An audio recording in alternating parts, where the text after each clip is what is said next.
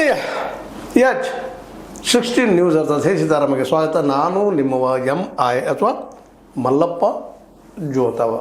ಆತ್ಮೀಯರೇ, ನಮ್ಮ ಬಸವರಾಜ ಪಾಟೀಲ್ ಯತ್ನಾಳರು ವಿಜಯಪುರದ ಶಾಸಕರು, ಜೊತೆಗೆ BJPಯಿಂದ ಹೊರ ಹಾಕಲ್ಪಟ್ಟಂಥವರು ಬಾಗಲಕೋಟೆಗೆ ಬಂದಿದ್ದರು. ಅಲ್ಲೇನು ಮಾತಾಡಿದ್ರು ನಿಮಗೆ ಈಗಾಗಲೇ ಗೊತ್ತದ, ಸಾಕಷ್ಟು ಪ್ರಚಾರ. ಮತ್ತು ಅವ್ರು ಮಾತಾಡೋದೇನು, ನಮ್ಮ ಹಿಂದೂ ಯುವಕರಿಗೆ ಪೆಟ್ಟದ, ನೋವದ, ನಿಮ್ಮ ಅಪೀಸ್ಮೆಂಟ್ ಪಾಲಿಟಿಕ್ಸ್, ಮುಸಲ್ಮಾನರು ಅಪೀಸ್ಮೆಂಟ್ ಮಾಡ್ತೀರಿ, ನಿಮ್ಮ ಪಾಲಿಸಿ ಅದು ಕಾಂಗ್ರೆಸ್ಸಿಂದು ಅಂತ.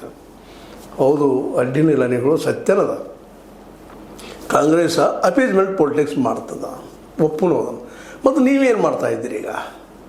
ನಿಮ್ಮದು ಹಿಂದುತ್ವದ ಅಪೀಸ್ಮೆಂಟ್ ಅಲ್ವಾ? 80-20 ಬುಲ್ಡೋಜರ್ ಇವು ಅಪೀಸ್ಮೆಂಟ್ ಅಲ್ವಾ?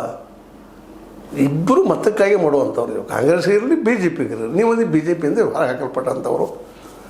ಇವತ್ತು JDS ಕಡೆ ಮುಖ ಮಾಡಿದ್ದೀರಿ.